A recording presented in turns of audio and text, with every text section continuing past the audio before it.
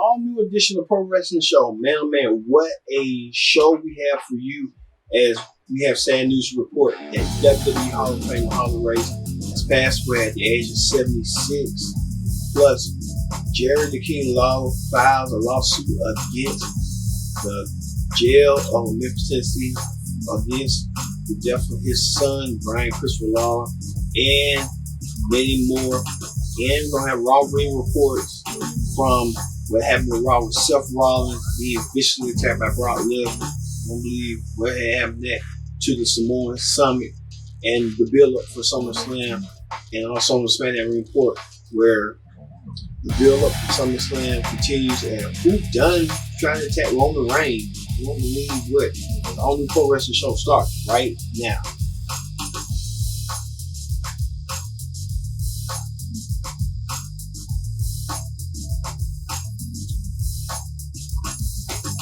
Once again, I'm your host as always, King Nix here. Glad you can join us here on the Pro Wrestling Show. Don't forget to subscribe. Subscribe matters. We love it here on the Pro Wrestling Show. We subscribe to our channel, the Connect TV channel, because we're providing content and we love it. And we thank you all for subscribing. Tell a friend, call a friend. You know the deal. So thank you all once again for subscribing. And we're going to keep the Pro Wrestling Show alive for you, because we care about wrestling. Wrestling matters. And so when it matters and you hit the subscribe button, you care. And we care for you and we want to give you more. So once you hit the subscribe button, keep on subscribing. So thank you all again. We appreciate it. So don't forget to join in that conversation using the hashtag Pro Wrestling here on Connect.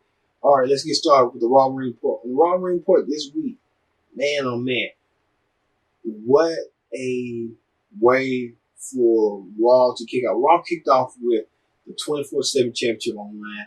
And first time ever was a mosh pit 24/7 mixed tag team match where there were a mixed tag team match between challenger Drake Maverick and his wife Renee Michelle versus champion R-Truth and his sidekick Carmella, where the superstars surround the ring as lumberjacks. Both the match went steady and fast, quick pace within that like 10-minute, 5 to 7 minute frame. Next thing you know, R-Truth pins Drake Maverick and retains the 24/7 championship. And all the superstars gather around the ring and jump R-Truth. R-Truth is stacked in the big pile, what you want to call it. Next thing you know, R-Truth get pinned by Mike Kanellis. Mike Kanellis wins his first WWE championship, the 24/7 championship, and he escapes and runs with the championship. Next thing you know, Mike's trying to escape. The superstars in tow.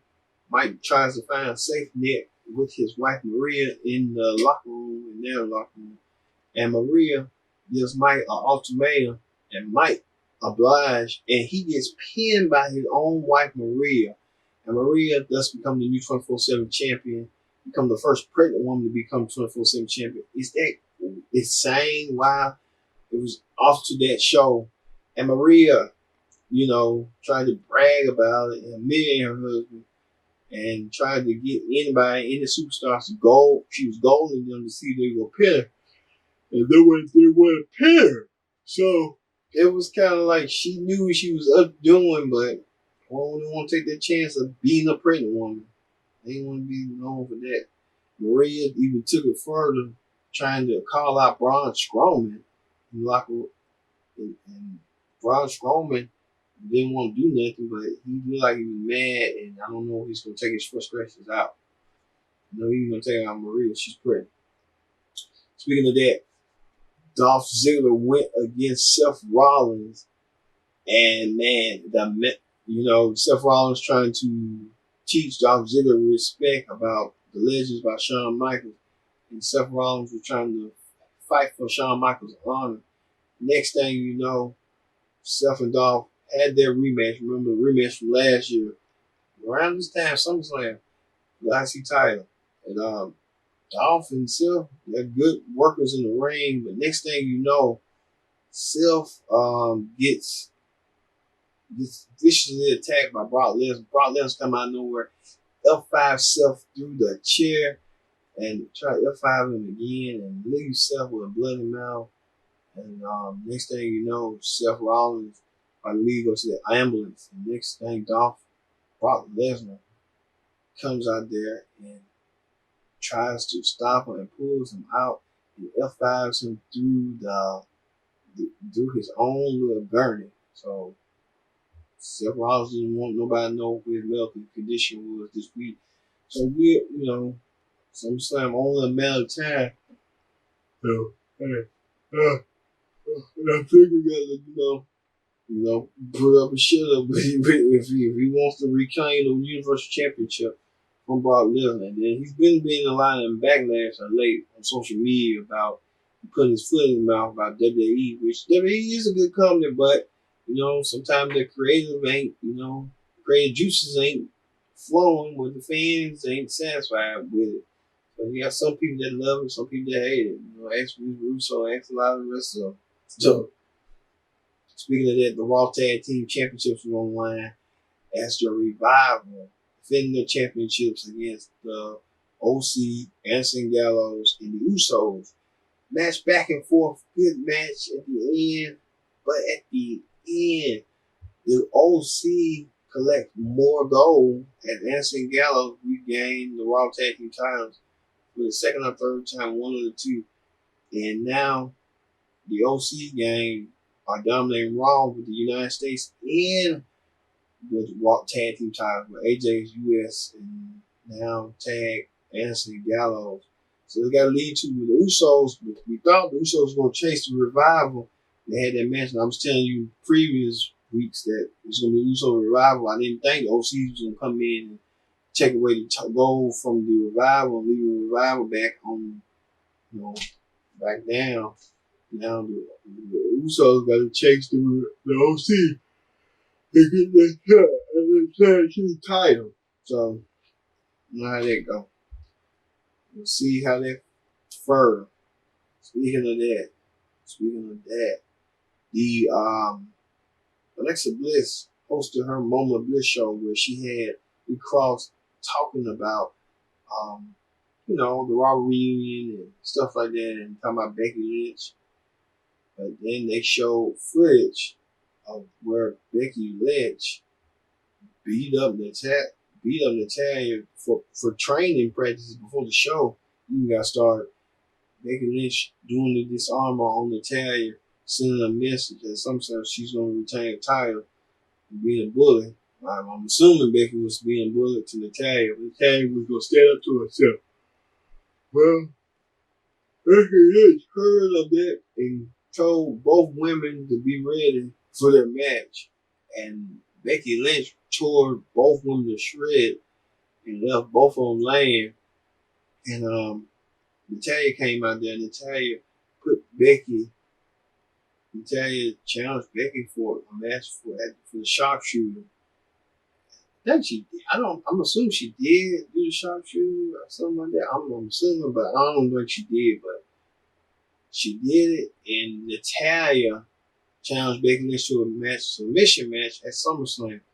The sharpshooter versus the Becky Lynch's arm break. So we'll see what commissioner will prove prevalence at SummerSlam. So also,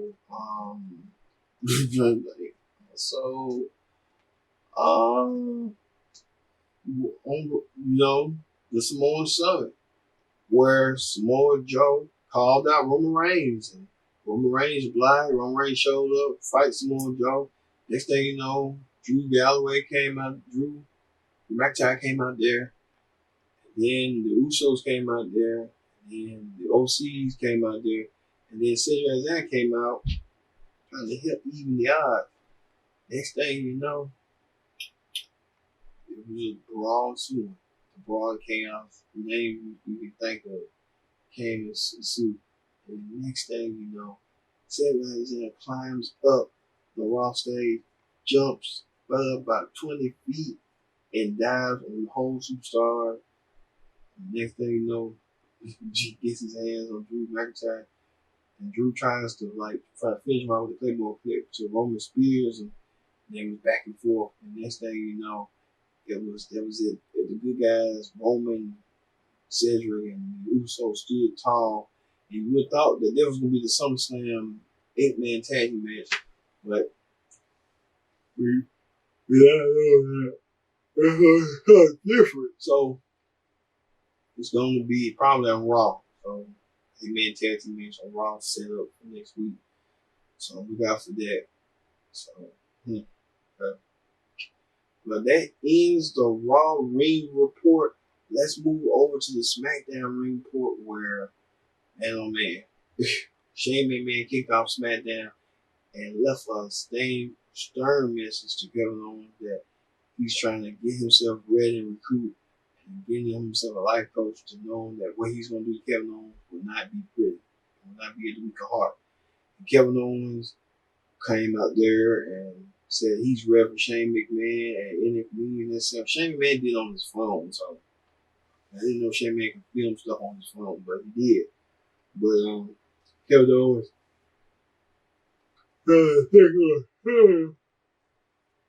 Shane's henchman, Drew McIntyre, one-on-one. He did so. Back and forth match was a good, solid match. But at the end, Kevin Owens hit the stunner on Drew and got the 1-2-3. Now Kevin Owens looks for the SummerSlam where if he loses to Shane McMahon, he must quit WWE. But it ain't no payoff to me because why the fans really want Shane McMahon. Kevin Owens really want Shane McMahon. He's taking up TV time for other stars, and why ain't losing leave WWE where you got Kevin Owens on this side putting his career on line? Why haven't Shane McMahon put his career? Something's got to give. And then they giving it for Kevin Owens, trying to make it look good, but it don't sound good, it don't feel good. Why ain't that? So, to each his own. WWE want that. Speaking of that, SmackDown Women's Champion Bayley teams up with her challenger for the SmackDown Women's title, Ember Moon, to take on the team of Rollins on Alexa Bliss and Nikki Cross. Now, back and forth, this and that. But next thing you know, Alexa Bliss hit Twisted Bliss and gets the win over Ember. And she don't earn it, but you call that in the conversation, but Bayley wasn't happy. Bayley decides to turn on everyone as what she did to her last week with the eclipse with her and Charlotte. And now Bayley, hit the eclipse. Bayley hit the Bayley. Can she do that coming up? We'll see. If the road to SummerSlam continues and stuff. But you gotta make it wonder, Nick Cross and Alexa Bliss did look good out there. You got to wonder if they in line for a future women's tag team title shot down the road. So you have to wonder on that. Keep your eyes focused on them too. Speaking of that, Memphis' own Jerry the King Law, we'll talk about him with his situation on Hot Topics going on. He welcomed Trish Stratus, WWE Hall of Famer, to the King's Court. And Trish was in one of the lovely, talented, beautiful Stratus appeared on the King's Court during the King's hometown of Memphis, Tennessee. And Trish was talking about life as being a mother and winding down her career. And her and Jerry was talking about having one more, how they as legends want to have one more match and stuff. Charlotte came out there and ruined the party. And Charlotte decided that Trish doesn't have it in her. And Charlotte challenges Trish to a match at SummerSlam. And Trish Stratus at first didn't want to do it because she was doing motherly duties. But she said, you know what? Charlotte said, just don't have it anymore. And Trish Stratus had that fire, that desire that she normally would have. And said, yeah, I'll challenge you at SummerSlam. So it's going to be interesting to see what's going to go down between Trish Stratus and Charlotte. The dream match that we never thought would have fantasy warfare is going to happen. Trish Stratus, 7-time WWE Women's Champion, against Charlotte Flair, 9-time WWE Women's Champion. So it's just that, the past meets the present, the attitude era meets the new era, and I just can't wait for that match. Sometimes it's gonna be a heck of a match. Speaking of a heck of a match, Sami Zayn wants to take Aleister Black out his misery after Aleister Black issued a challenge for SummerSlam, and Sami Zayn wanted to take the challenge, and Sami Zayn now will have his shot of taking on Aleister Black at SummerSlam because he believes Aleister Black has mental health issues, and he wants to relieve Aleister Black off those issues by having mental health. So it's going to be a good, phenomenal matchup between those two because that's the match everybody wants to see. Never thought would ever happen. It's going to happen between them two at SummerSlam. Never thought in his teeth. Speaking of that, Ali returns to the ring and goes against Intercontinental Champion Shinsuke Nakamura. And Ali went toe-to-toe with the IC champion, and he defeats Shinsuke Nakamura with a roll-up, surprising the champion and making Shinsuke even mad and angry. And this put Ali in the conversation that is he next in line for a Intercontinental Championship match against Shinsuke? Only time will tell, but I could see it. I could see it in that match at SummerSlam. Speaking of that, the night 2 of Dolph Ziggler's disrespect, where he went against Finn Balor, who was defending Shawn Michaels on him again. Shawn Michaels, I think Finn Balor and Dolph Ziggler had a good, solid match, back and forth. Match was solid. As Ziggler known as a workhorse, and Finn Balor known as a workhorse. And next thing you know, the Finn Balor was about to put him away until the Fiend showed up and popped up on the screen, and the Fiend said he wants a match against Finn Balor one-on-one, and the Fiend will do everything he can to decimate the match. And it's like, why haven't they still didn't decide? They ain't gonna go there with the Fiend versus the Demon at SummerSlam. That makes sense. They did it 2 years ago. Why now they can't do it now? But hey, I don't want you to go there. I don't want to go there with that. So you know how that go. So you know how that is. And finally, the main event was WWE Champion Kofi Kingston take on the United States Champion AJ Styles. Kofi went toe with his New Day brethren with the SmackDown Kingdom with their goal, and they call it the Palace of Positivity, where Kofi Kingston, WWE Champion, and New Day, Xavier Woods, and Big E, the tag team champions of SmackDown, and went against AJ Styles, the United States Champion from Raw, and Anderson Gallows, the newly crowned tag team champions. And back and forth, just singles match between the two champions, champion versus champion. Good match at the end. Good, solid, decent match from Kofi hitting the Trail of Paradise, AJ hitting his offensive maneuvers. But at the end, Kofi Kingston wins over AJ Styles. And man, he getting that momentum going. Did you see that momentum when Randy Orton did a video package? It was a good video package. Randy Orton detailed his history of Kofi Kingston started 10 years ago. They saying Randy Orton political influence, didn't work out for Kofi at the time. And now Kofi, fast forward, becomes WWE champion because Randy Orton was saying that Ali was supposed to be in that spot, but Kofi Kingston took that mantle and ran with it. And that's what it was. And so Randy Orton wants to end it at SummerSlam going forward. So, we'll see how this goes, because next week's edition will be predict the outcome for SummerSlam. Man, SummerSlam getting here so quick and so fast. Really? Ooh. No, it ain't gonna be, that's how it's gonna be. Okay. That is the Rivalry Report. When we return, we're gonna have more information on the life and legacy of Harley Race, the WWE Hall of Famer and former 7-time NWA champion who passed away this week. Also, Jerry Lingard filed a lawsuit against a county jail over the death of his son, and many more news. Don't want to go nowhere. This is the Pro Wrestling Show. After this. Before we head to our break, let's go to the Pro Wrestling Show Hot Topics on the go. As I had forgot to mention that Ricochet earns himself a United States Championship match against AJ Styles. This is a rematch from last month's Extreme Rules where Ricochet had to go through the gauntlet. He went through Rey Mysterio. He went through Cesaro. He went through the final man he had to go through was Andrade to earn himself a U.S. title shot against AJ Styles at SummerSlam, which is going to be tearing up the roof at SummerSlam. And also, the War Machine did a squash match, ended like it did in an instant.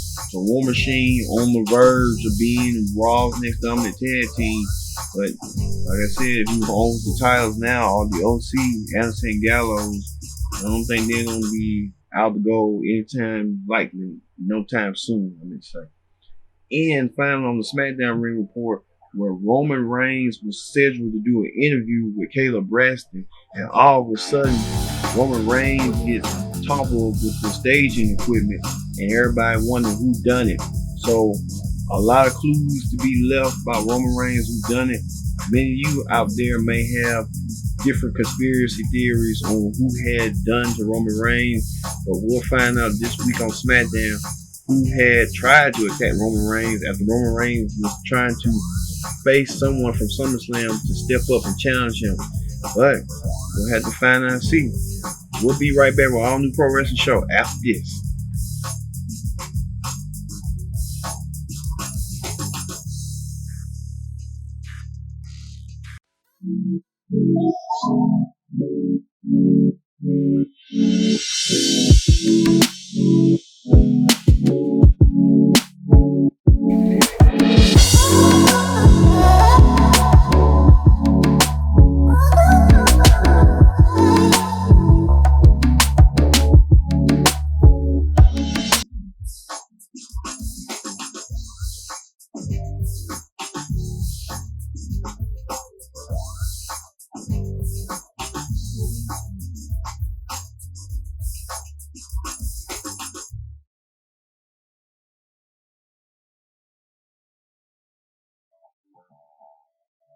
Back to the Pro Wrestling Show. I'm your host, always Kendrick Dix. Join in that conversation using the hashtag Pro Wrestling here on Connect. Don't forget, subscribe, call a friend, tell a friend, and subscribe. Love it that you subscribe and you're here on the Pro Wrestling Show. Hey, like, share, comment. Let us know what we're doing, how we can improve. We love to hear your comments because we want to get better for you, the audience out there watching here on Connect TV on YouTube. Thank you again. We appreciate you. Don't forget to subscribe and join in that conversation using hashtag Pro Wrestling here on Connect. All right, let's get started with Hot Topics. On Hot Topics this week, former NWA champion and WWE Hall of Famer Harley Race has died at the age of 76. Harley Race was known as the toughest man in wrestling, and who can not agree with that, not doubt that he was the toughest man in wrestling. Harley Race had battles against Andre the Giant Baba from Japan, Terry Funk, who won his first World's Championship back in 1973, and who can forget his legendary bouts with Nature Boy Ric Flair, where they headlined the Starrcade 1983 event. Flair for the gold. If you don't, you want to know a lot about Harley Race, watch some of his matches on YouTube. You will know who Harley Race was. Harley Race even competed in WWE, and he even managed Vader. So Harley Race, a legend in his time. We surely miss. Harley Race ran a wrestling training school. He even trained Ted DiBiase Jr. He even trained some people too. So Harley Race will be remembered as that former legendary champion. Harley Race will go down in history as one of the greatest of all time. I bet you that. Bet your mom dollar that. So rivalries will be indeed missed. Speaking of that, another legend, Memphis legend, Jerry Lawler, files a lawsuit against the county jail as we can go to our local news affiliate, ABC 24 WLMT in Memphis, Tennessee, on the story. Watch this. After a year of raising doubt as to whether his son really committed suicide in a Hardeman County jail cell, tonight pro wrestling legend Jerry the King Lawler is accepting that fact, but he's not accepting the jail did all it could to keep Brian Lawler from taking his own life. I'm Richard Ransom. Katina has the night off. Lawler was arrested for DUI and evading arrest. Now, Lawler is suing Hardeman County, asking for $3 million. Local 24 News senior investigator Jenny DePrizio is here with details. Jenny? Yeah, Jerry Lawler says he trusted the sheriff would keep his son safe. Brian Lawler's mother says this suicide should never have happened. You think about him when you go to bed at night. You think about him when you get up in the morning. Brian Lawler's mother hopes the lawsuit against Hardeman County will prevent another family from going through what the Lawler family has gone through this past year. It never goes away. You think about it every single day. The Lawler family has asked me to shine a bright spotlight on all of the deficiencies at the Hardeman County Jail. Lawyer Jeff Rosenblum says the jail knew of Brian Lawler's current depressive diagnosis and previous suicide attempts, but he was put into solitary confinement in a room with metal bolts on the wall, wearing shoes that had shoelaces. Don't let inmates that have any risk of suicide enter into a cell, any cell, with their shoes and shoelaces. Why not have flip-flops? Why not take away the shoelaces? Rosenblum says this suicide could have been prevented, or at least the family would have more information if a video camera system in the jail worked. Last month, the local I-Team reported Hardeman County Sheriff John Doolin filed a lawsuit against Hardeman County. In it, it says he was not given the resources needed to run the department. A broken video system in the jail was one of the issues. I hope Sheriff Doolin sees this interview, he reads the complaint, and he comes forward and says, I am sorry. Not only am I sorry for your loss, I'm sorry by the way I ran the jail. Now, in addition to money, the lawsuit also asks for a court order that will require policies and procedures at the jail be changed to try and prevent this from happening again. In the studio, Jenny DePrizio, Local 24. As you saw right there, Jerry Lawler on the news clip talked about his son, Brian Christopher death. Man, it's been almost a year since Brian Christopher died, and now Jerry Lawler wants to seek justice for his son's death. Jerry Lawler, our prayers and condolences are with you. I think Jerry Lawler's in the, try to fight in court. And, he said he got the evidence. We got to see what goes in the justice system, and we'll see the trial process, trial and error, trial process, stuff like that. So, Jerry Lawler. We'll see. Speaking of that, MLW signs independent California wrestler Douglas James to a contract. Now, Douglas James has been a hybrid wrestler. He's a former kickboxer and now MIA fighter as well. And he's been wrestling in California indie scene. And he's been featured on Championship Wrestling for Hollywood. So Douglas James will bring that hybrid offense to MLW and probably represent their middleweight division. I can see that. And it's kind of like cruiserweight, so we'll see what Douglas James do on that end. Speaking of that, trolls came after Renee Young's commentary. Renee Young has been dealing with a lot of the internet trolls, been trying to dismayed by her commentary as late. And Renee Young didn't like that. She clapped back with this. And fellow commentator, fellow WWE color analysis, Booker T broke it down on what Renee Young's been going through as late. Watch this. Yeah, Booker T saying the same sentiments that Renee Young going through, she's just brushing aside and not dealing with these folks telling her how to do her job, and she know how to do her own job. So it's just what it be sometimes. It's just people just want to tell you how to do your job better than you do your job. So she's doing what comes natural. Just go on, dust your shoulders off. Speaking of the AEW and the CM Punk update, as CM Punk was given an offer by AEW doing via text, but CM Punk didn't like that. He wanted to be, known, face to face in person. Said that's AEW's business. They don't come face to face. Cody Rhodes did acknowledge that they do send texts, but they ought to be coming face to face if they want to come with a deal to bring Lord CM Punk to AEW.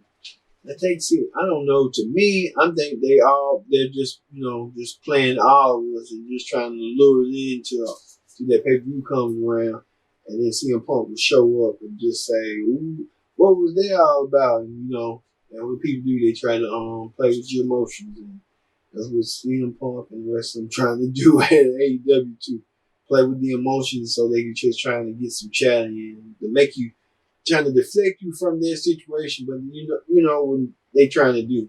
Yeah. Speaking of that, AEW, Chris Van Vliet, the popular wrestling interviewer, has signed with All Elite Wrestling. So that makes me wonder, will he still be able to do his WWE interviews?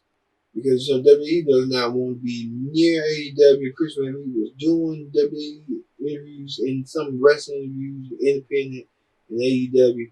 Since Van Vliet is signed exclusive to AEW, with Van Vliet be doing AEW interviews and backstage interview, and you got to wonder on that.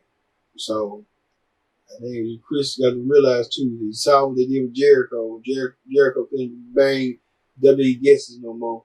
He was banned. He's working from the competition now. So you have to wonder if Van Vliet will be getting the same treatment down the road with WWE. Speaking of that, MLW partners with Pro Wrestling Noah. So this is a formal partnership where Pro Wrestling Noah has partnered with different wrestling leagues before, partnered with Impact Wrestling before, and now MLW partnered with Pro Wrestling Noah and have one of the superstars participate in their round robin tournament, with Alexander Hammerstone being the representative for MLW and stuff. Speaking of that, Emma, Tania Dashwood, known as Emma in WWE, has signed a deal with Impact Wrestling. So you got to wonder too, and Rhino as well. You got to wonder too, why did Impact Wrestling try to keep themselves in the news now and trying to keep themselves in the headline? I think, to me, Impact should have waited until the moment was right. They could have done their Bound for Glory, but you know how that goes. They're just trying to get some news going. I would have done that. Would have wait to pay-per-view. Make her show up the pay-per-view. I guess they're just trying to incorporate her in the storyline, so we'll see as it goes what Emma will be doing lately in the ring stuff. Impact, good hire for Impact, signing Emma, and Rhino re-signing with the company as well. And finally, we have AEW's Awesome Kong, Nia Rose, and Jungle Boy appeared on the entertainment news program Entertainment Tonight, and they sat down with the ET people, and Jungle Boy talked about his being in the AEW, his father's love for wrestling, his father's love for Dusty Rhodes, and the connection between Jungle Boy and Cody Rhodes. Also, Nia Rose become the first openly transgender superstar in AEW, making history with that. She speaks about that. And Awesome Kong speaks about the transition from wrestling to Hollywood, back to wrestling again. And we'll have this. Watch this. We actually have in our ET vault some footage of your dad watching you as Jungle Boy. Yeah. What did your dad think of this? He was all about it. He was? Yeah, he actually grew up loving Dusty Rhodes. So it's cool to be with Cody now and like how it's all turned out. But he was a big wrestling fan, and he actually was the one who pushed me to get trained and start wrestling in the first place. Oh wow! Yeah. Wrestling. Well, how did the call come? We'll go this way. I got a Twitter. No. What? I was so my call was a DM, and I thought it was somebody playing a joke on me. Because I'm a bit, so in wrestling, you have your talent persona, your talent goggles, you also have your fan goggles. Yeah. Because I firmly believe if you aren't a fan of what we do, then it's going to show. So Yeah. I still wear my fan goggles very proudly. So being a fan of Kenny Omega, I get a message from Kenny Omega. When does that ever happen, right? So I'm like, yeah, okay, sure thing. And I'm like tracking it down, like Googling, and it's like, oh wait, no, this might be the real deal. So we exchange actual information and have the contact, and it was like, oh, this is the real thing. Okay. Through Twitter. Through Twitter. What a 2019. Thank you. You know what I technology. mean? Oh my gosh, how about you? You know, Brandy and I go way back, and when they had All In Chicago, it was like big and great. I hadn't done anything in wrestling for a long time because I've been doing Glow and kind of just took a step back from wrestling. And when I got the call, Brian Wittenstein, my friend and agent, said, you know, they want to do something. So they cooked up an idea, a treat for the fans, for Awesome Kong Return that hadn't been seen in 3 years and no one saw coming. That was great. Mine was also through Twitter. No way. Yeah, that's how it works. Okay, Kenny. Yeah, I know. I just got a Twitter this. I actually, mine was from Cody, but I was in Chicago with my family, and my sister was getting ready to go to Africa. She's been in Africa for like 6 months, building preschools and things. So we were there, kind of having our goodbye weekend with her, and we were at breakfast. And my phone buzzed, and I looked at it, and it was a message from Cody Rhodes, and it had his phone number, and he said, "Shoot me a text when you can." You know, I kind of figured what was coming. So I stepped outside the restaurant, and it was snowing, freezing cold, and I'm from California, so I'm not used to it. So I was out there in my short sleeve shirt, shivering and all that. But yeah, I texted back and forth with him a little bit, and that was pretty much it. But yeah, it was a wild moment. What do you think makes Elite Wrestling different than other wrestling programs that exist? I think the fact that all the wrestlers together have input on the product. It's just not this one line of a constituency of one and one person's idea, and here's the idea, trickle down, and you perform it like monkeys. Together as talent, we have the input and the ears that are listening for us to present our art to the world. You are changing the game. I mean, what a trailblazer, the first ever transgender woman to sign a contract with a professional wrestling organization. It's major. Do you feel pressure from the community? Do you feel how historic this is? Yes, the short answer is yes. It's not lost on me. There definitely is a little bit of pressure there because obviously I want to represent to the best of my ability. But at the same time, you know, I can only speak for myself to a certain degree, you know, so my views, my ideas are purely my views and my ideas. And I hope that doesn't get lost on the people. Sure. But yeah, there's definitely a bit of responsibility there. Okay, so who could kick each other's ass first? Yeah? It's the experience. Okay, it's the experience. It's not about the ass kicking? Well, mainly because I got to get it done quick because I don't feel like fighting for a long time. So I got to, just kill him with my thumbs. Are you terrified of her? Not now. Okay. I know. Because you're sitting here in an interview. Yeah, we're cool. Yeah. Yeah, but I gotta be careful. Don't get on the bad side. Well, he was young, very young. I remember one of his first matches, and he was young, almost prepubescent. I was in 5th grade. Yeah, and so I think there's that auntie aspect of respect there. You're gonna beat up your nephew? Yeah, I know. Well, I mean, it's a wrestling business. I like her more than I realized. They gotta learn.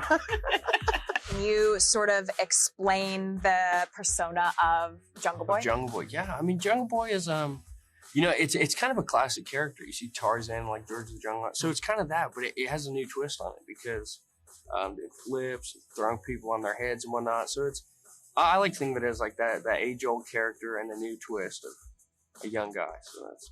But you can never cut your hair. No, I know. Because it really now I know, it's I'm stuck with it. Yeah. right. Especially it's in my contract. Congratulations, you guys! Thank you for taking the time to sit down with Thank us, you. all of Thank you. you. And I'm very excited for you. My family's excited. We'll be watching. Yes. So congrats! Awesome. You saw right there the three superstars that could be the breakout stars of AEW spoke about what they're going to bring to the table to the new promotion and how they're going to be different from WWE and with their partner. They sat down with ET. So it's going to be. We'll see. But I think Jungle Boy has an amazing story, and I think the fans going to be behind Jungle Boy because of his late father, Luke Perry, who started on Beverly Hills 90210 in Riverdale. You know, they're going to get behind him. And it was a touching tribute for Luke Perry. Jungle Boy sat right there with Luke Perry. And it's just that, you know. And then I rose from being transgender to becoming a lead in the AEW and Awesome Kong transitioning from wrestling to Hollywood with Glow, and now she's back in wrestling in the fold. So it's gonna be those three gonna be breakout stars. Mark my word. I'm telling you right now. Mark my word. All right, that does it for this week's edition of the Pro Wrestling Show. Next week's show will be predict the outcome for WWE SummerSlam. We just predict the match card and the predictions on well and stuff. So join us next week. And don't forget to subscribe. So I've been your host, Ken J, saying so long, and we'll see you next week for another edition of the Pro Wrestling Show. See you later.